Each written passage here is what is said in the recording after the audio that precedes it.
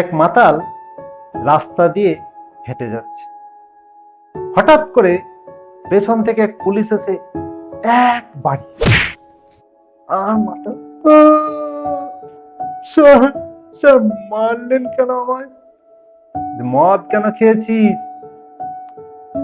Sir কি করে বুঝলেন আমি মদ খেয়েছি?